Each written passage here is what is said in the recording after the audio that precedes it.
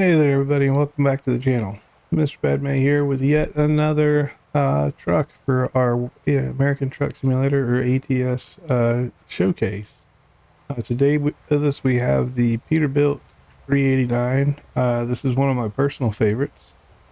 Currently I have them set up for long hauls, but today what we're going to jump into is what do the configurations look like, what do the stats look like, how's the horsepower, all that kind of stuff. Also, what's the dash look like? What information does it give you? Cruise control, distance to empty, all of the normal great things that you look for. And then also, how's the view out of the cab? What's the default engine sound? The default J brake sound? I'm doing all of this with with no mods to the truck whatsoever. The mods that you see in the game are purely cosmetic in nature, aka graphics, that kind of stuff. So without further ado, let's jump into the shop. So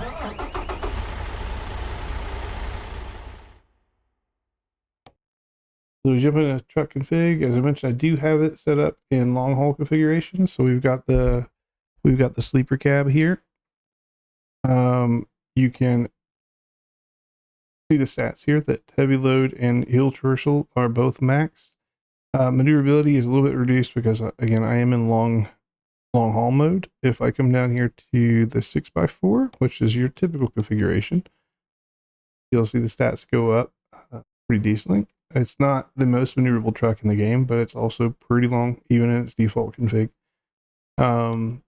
That being said, it does have one of the biggest engines in the game at 625 horses. It's still 2779 newton meters of torque, which puts the pulling power on par with some of the other trucks I've done reviews for. Again, this is the most torque you will find in ATS by default without modding the engines. However, it is 625, so that makes it one of the fastest trucks in the game, on par with the Kenworth W900. It also gives it, if I say so myself, it does give it a great sound. We do have the Eaton Ultra Shift transmission, so gear ratios are really good, pulling power is really good. And then it's got a whole heap of customizations that you can do to it. As you saw when I first pulled my truck in here, it looked completely different. Let's jump out and get into the interior. So go into the inside. Off my head tracker. And you can see out of the right here, the view is pretty good. The mirrors are up front, as you would expect. Same with this side. I am sitting a little bit further back in the seat. I've got my chair pushed back. And then the nose mirrors up front give you really good visibility down the left and right side of the truck to kind of check for for traffic that might be lingering out too long. And then quickly going through the dash here, you can see right away speed and cruise control. I love that so much. It's pretty straightforward. You know what those numbers are, and it's very easy to see. Also, this dash at night, when you need your gauges and stuff lit up, you can actually see them. I know some trucks in this game, when you turn on the gauges, they're still dim. In this one, you can actually see them.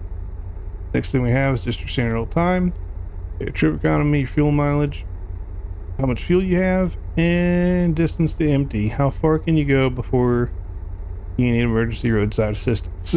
And then just the usual stuff. So yeah, it's got all the important bits in there. Hits all the check marks. So I think the last thing for us to do here is take this thing out on the road, and let me just show you that cruise control in action. All lights are on. My brake is on. And we're in reverse. Alright, now we're heading that way, as they said in Independence Day. Again, this is all stock. There's no mods on the engine here. There are some really nice sounding engines for this truck if you do get into the mod area. But for now, this is all standard. If you buy this on day one, this is what you will hear. I let him go first. I still do have my fines and stuff turned on, so don't be surprised if one day I get a speeding ticket doing these showcases. It will happen. This guy's gonna park right in front of me. Come on, bud. Oh, we're going. Turn left. Alright, so first things first, let me show you that cruise control. Again, it's pretty straightforward in this truck. You can see right there. You can turn that off. We'll speed up a little bit. And enable the jake brake. Reroute. And that is the jake brake. That deep rumble.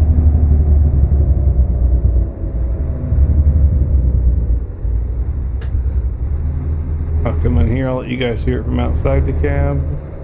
I don't know how many of you all play in third person. I personally can't drive that way, but we'll give it a shot.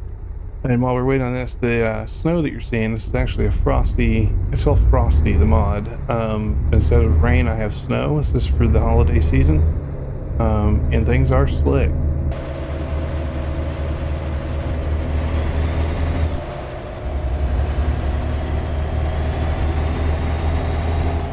And here comes that jake brake again.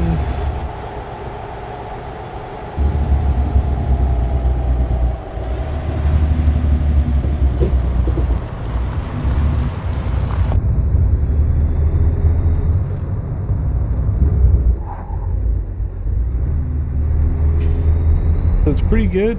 This is one of my favorite jake brakes. Not so good. And even if you mod it, it still sounds really, really good. If not even better than this. Handling on this, even though it's lower, remember I've got the long haul config on. Yeah, this is our full turn radius here in long haul configuration, so it's not terrible by any means. Definitely acceptable.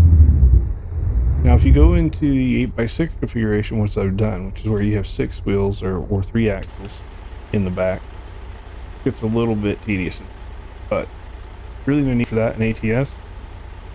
The 6x4 is more than sufficient, even for longest hauls in the game. So yeah, guys, I hope this has been helpful. As always, make sure you like, subscribe, drop comments down below. If there's something you'd like me to mix up and change in the truck reviews or take a deeper look at, leave a comment, let me know. I do read each and every one of them. And we will catch you guys in the next one. Take care, guys.